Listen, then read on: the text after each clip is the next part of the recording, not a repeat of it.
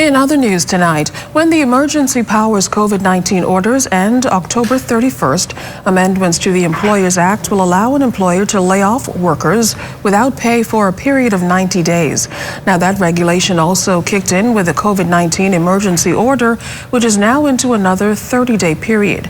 Executive Manager in the Ministry of Labor, Robert Farquharson, says employers will have to make some key decisions.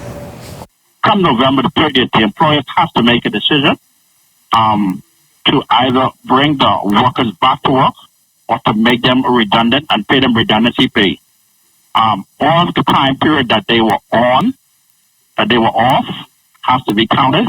They are still employees. They're entitled to redundancy pay based on all those years of service as set out in the Employment Act. They should remain employees of that entity, so they're entitled to all the rights of the employees.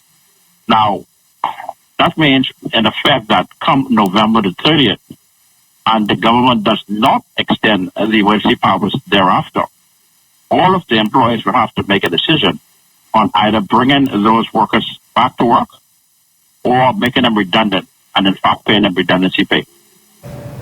Farquharson also explained how this process is likely to be conducted and the consequences for those employers who fail to abide by the new regulations. A number of the large properties have collective bargaining agreements, i.e. the Atlantis and the major hotel properties and a number of businesses. They still have to abide by the provisions of the collective bargaining agreement. The process outlines they have to consult with the union. They have to think about the concept of last in, first out. They have to think about the concept of last in, first out, and make sure that all of the rights of your union officials are impacted. To the union, negotiate if there is redundancy, who goes, when they go with time. They also have to consult with the government.